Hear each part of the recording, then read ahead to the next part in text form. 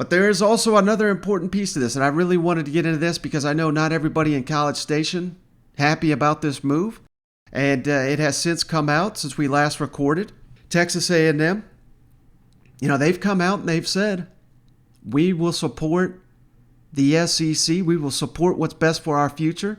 And that is, just their way of saying they will not vote against us. Just as we said, this is going to be a 14-0 yes vote to approve Texas and Oklahoma. That's the way things are done in the SEC.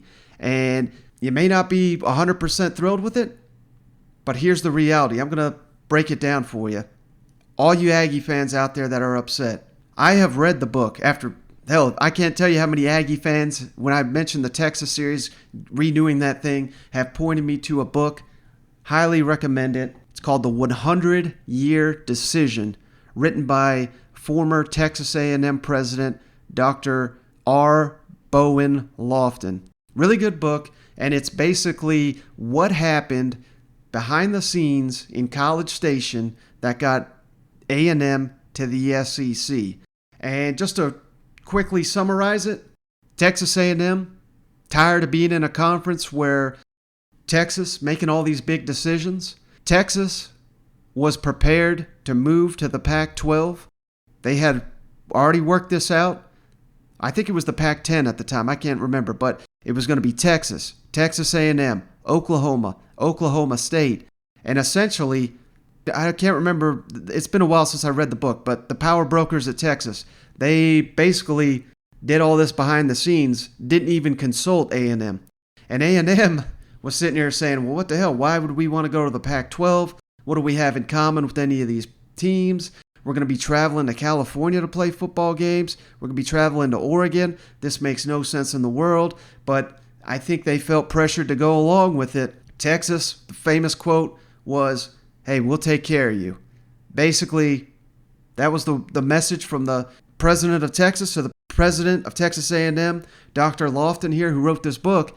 And, hell, how condescending is that? We all know Texas carries the big stick in the Big 12. Hell, horns down, cost you a 15-yard penalty.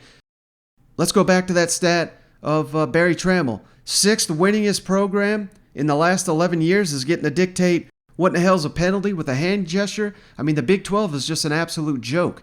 So Texas A&M did not want to be associated with that garbage. They didn't want to be in a league that did not have equal profit sharing like the SEC has always had. They did not want to be associated with a program that had its own network that they didn't have to share any of the profits. And of course, I'm talking about the Longhorn Network. Here's the deal. It's called the 100-Year Decision because Dr. Lofton and A&M wanted to make the best decision for Texas A&M. They wanted to separate from Texas. They wanted to be among the elite in the country for the next 100 years and no longer be in the shadow of Texas. You have accomplished all those goals in 10 years being in the SEC. Here's the reality. The SEC does not need Texas. This is not going to make or break the SEC if Texas comes here. It will add to it. Again, we'll go back to all the things. The huge fan base, huge history, a ton of alumni. This is going to pour money into the SEC. But again, don't need it. Texas is wanting to come to the SEC. The SEC is not backroom dealing to get the Longhorns. So if I'm an Aggie, Texas is begging to get into your conference. Right there is some pride. And here's some other things. Day one, the moment Texas is admitted to the SEC, equal profit sharing across the board, non-negotiable. That's going to be day one. You're getting what you wanted. You don't want to be associated with the Longhorn Network. That's gone immediately. That's absorbed by the SEC network. Every dollar that comes in because of the Longhorn Network, Texas A&M's getting a cut. These are the things that you wanted. These are the reasons you've left. And now Texas is crawling across glass to ensure the future of their program. They're coming to you. And I've also heard this argument. Well, hell, Texas A&M, they've been recruiting so well, which, hell, they have been under Jimbo. They're I think their average class since he's got there is around 6 nationally. I mean, that's elite. That's national championship. That's SEC caliber championship recruiting. That's a big reason why the Aggies are a popular pick. I guess I shouldn't say popular. Alabama Hill is the popular pick, but right behind him, the most popular number 2 pick, not my pick, but most people have A&M number 2. That's a big reason why. Now the Aggies can no longer sell. We're the only program from the state of Texas in the SEC. We can no longer sell that. That's true.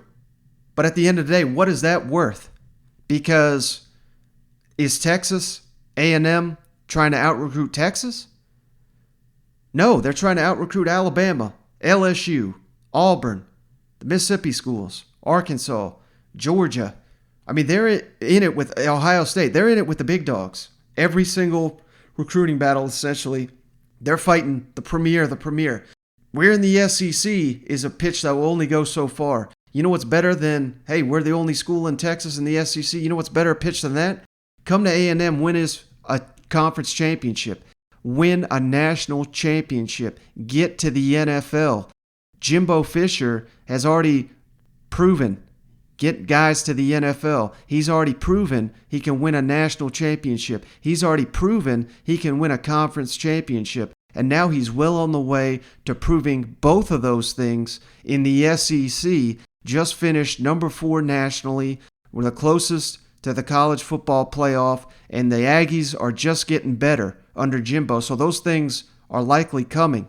You know, you can never guarantee a national championship, but I can almost guarantee they're going to win a conference championship sooner or later. And that's what you got to be selling on the recruiting trail. Again, only school in Texas that plays in the SEC, that's great. But last I checked, Alabama is cleaning up in that state. LSU does really well in the state of Texas. Hell, even Arkansas reaches in there and gets guys. Now, maybe not over Texas A&M that often, but hell, that's the point. The point is you cannot just have this little feather in your cap that is not going to work when you're trying to recruit against Alabama, when you're trying to recruit against Ohio State, when you're trying to recruit against LSU. Way more valuable of an advantage is being an elite winning program, which they already have. Sell that on the recruiting trail. Let some guys go to Texas. Who the hell cares? Texas, last time I checked, is already recruiting pretty well. They may get a little bit better, but I'll say it again. 6th most winning program in the Big 12 the last 11 years. A league with Kansas State, Iowa State, Kansas, Oklahoma State, TCU, Baylor. I mean, give me a break. Texas will be 7th in the SEC West this year. Texas will probably, if you added Texas to the SEC West right now, they'd probably be the 8th best team. Texas A&M ain't scared of them. Texas A&M, no fan should be worried about the Longhorns coming. Go beat their ass on the field.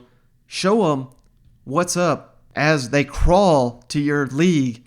And if I'm Greg Sankey, that's the pitch that I made this weekend to College Station, to Texas A&M. Butter them up, soothe the ego a little. You've just insured your future, like I said, 10 to 20 years. Get on board because it's happening. It's going to be good for you. It's going to be good for the conference. It's going to be good for all 14 teams.